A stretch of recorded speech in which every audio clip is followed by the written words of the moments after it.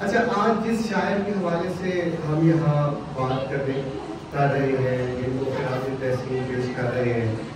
بدقسمتی سے وہ شاعر ہمارے نصاب کی کتابوں میں شامل نہیں ہے، لیکن اس میں کوئی دوسری رائے نہیں ہے کہ جب ہم جدید شاعری یا 20ویں صدی کی شاعری کی فہرست مرتب کرتے ہیں تو ساحر لدھیانوی کا نام لیے بغیر یہ فہرست مرتب ہی نہیں ہوتی ہے۔ اب ایک سوال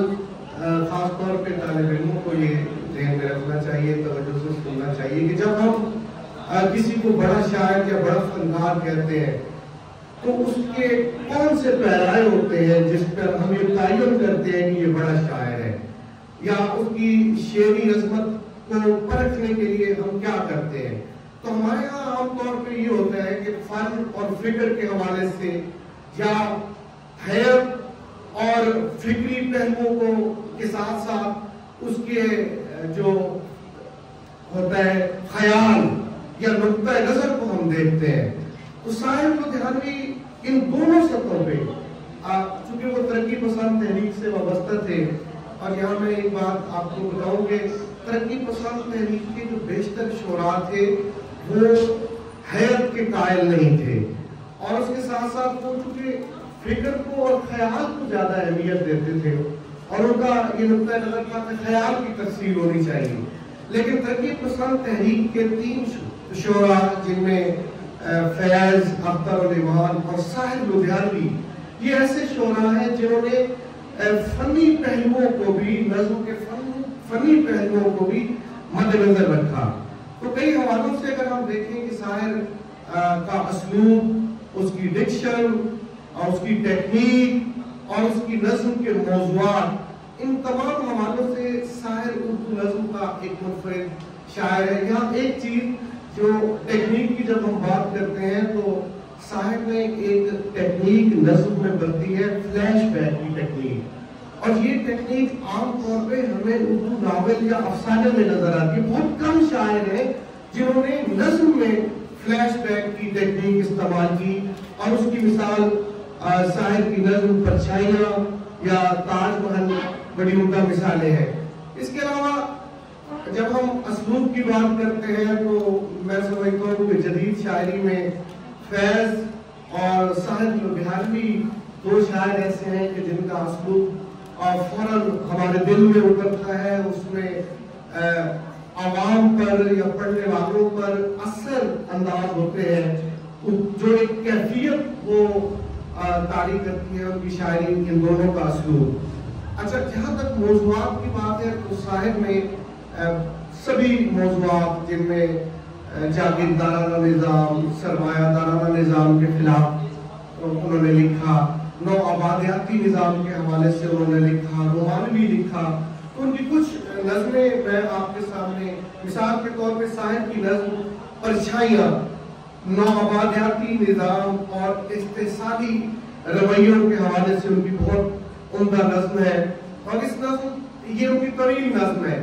اس نظم کا ایک پہلو یہ بھی ہے کہ دوسری جنگ عظیم کے بعد یا اس کے حوالے سے چونکہ اس کے دونوں کردار جنگ عظیم دوم کو ہی اپنی محبت کی ناکامیوں کی وجہ قرار دیتے ہیں، اور انہیں لگتا ہے کہ شاید تیسری جنگ کے سائے بھی ہمارے اوپر منڈلا رہے ہیں۔ تو نو آبادیات یہ نظم 2 حصوں پر مشتمل ہے۔ پہلا حصہ اس کا رومانوی ہے، اور دوسرا حصہ اس کا سماجی اور سیاسی اور انقلابی حوالے سے ہے۔ تو اس کے رومانوی حصے کا ایک شعر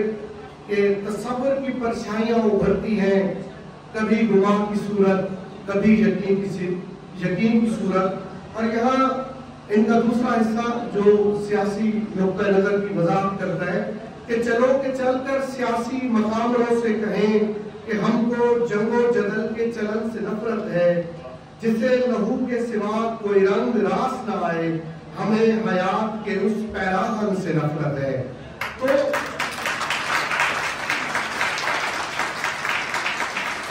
ایک اور نظم تاج محل، جو میرے خیال ہے آپ میں سے سبھی لوگوں نے سن رکھی ہوگی۔ تاج محل پر بہت ساری نظمیں لکھی، تاج محل کے موضوع پر بہت سے شاعروں نے نظمیں لکھی، اور سبھی شاعر شاعروں نے تاج محل کی جو ظاہری خوبصورتی تھی اس کی مدح سرائی کی، لیکن صاحب نے اس کو ایک سرمایہ دارانہ نظام کی علامت کے طور پر لیا، اور اس نظم میں بھی ان کے جو وہ کردار ہے فلیش بیک کی ٹیکنیک میں ہے، جو جب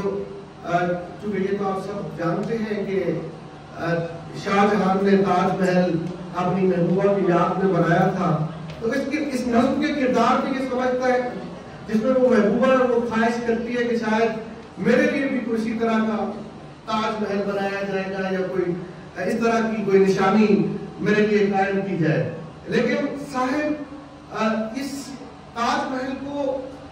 سرمایہ دارانہ نظام کی وہ علامت جو ظالم و طاقتور اپنی طاقت سے غریبوں کا خون نچوڑ کر بناتا ہے اس کے طور پر پیش کرتے ہیں۔ اور یہاں اس نظم کے اشعار دیکھیے کہ تاج تیرے لیے مظہر الفت ہی سہی، تجھ کو اس وادی رنگین سے عقیدت ہی سہی، میری محبوب کہیں اور ملا کر مجھ سے، بزم شاہی میں غریبوں کا گزر کیا مانی۔ کچھ اشعار میں سکپ کرتا ہوں کہ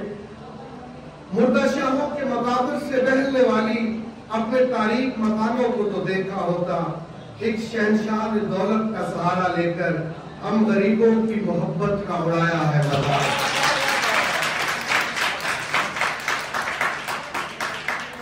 اسی طرح نور جہاں کے مزار پر بھی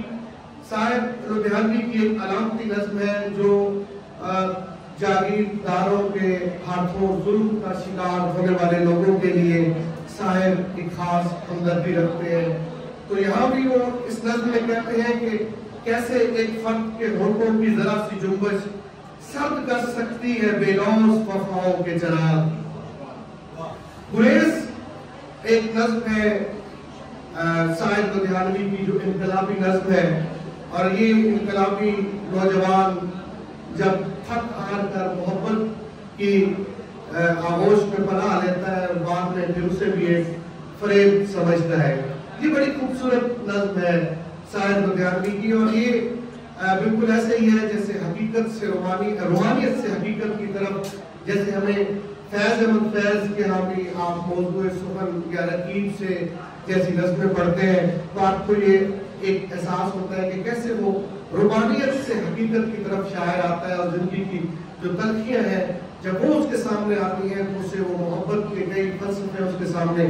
مان پڑ جاتے ہیں۔ جیسے فیض نے کہا تھا کہ ان دبکتے ہوئے شہروں کی فراواں مخلوق کیوں فقط مرنے کی حسرت میں جیا کرتی ہے، یہ حسین کھیل پھٹا پڑتا ہے جو بد جن کا، اس لیے ان میں فقط دھوپ اگا کرتی ہے۔ تو یہاں شاعر کہتا ہے کہ پھر ایک تیرا و تاریک جھوپڑی کے تلے سسکتے بچے پہ بیوہ کی آنکھ بھر آئی، سکوتے حلقہ زندان سے ایک گونج اٹھی اور اس کے ساتھ میرے ساتھیوں کی یاد آئی۔ تو صاحب ہر حوالے سے، چاہے آپ روحانیت کے حوالے سے دیکھیں، چاہے آپ حقیقت کے حوالے سے دیکھیں، چاہے آپ احتجاج کے حوالے سے دیکھیں، 20ویں صدی کے بڑے شاعر ہونے سے اس کو کوئی نہیں روک سکتا۔ شروع میں کسی نے اپنی بات کرتے ہوئے کہا کہ ایک نقاد نے کہا کہ شاعر لڑکیوں اور لڑکوں کا شاعر ہے، تو میں سمجھتا ہوں کہ لڑکیوں اور لڑکوں کا شاعر ہونا زیادہ مشکل ہے، کیونکہ بڑا شاعر ہوتا ہی وہی ہے جو عوامی شاعر ہوتا ہے، جس کو عوام میں پذیرائی زیادہ ملتی ہے۔ تو میں یہاں پھر سے خراج تحسین پیش کرتا ہوں شعبہ اردو کو بھی اور ڈاکٹر امین حمزہ صاحب کو کہ انہوں نے صاحب لدھیانوی کی یاد بڑے خوبصورت انداز میں تازہ کی ہے۔ بہت شکریہ۔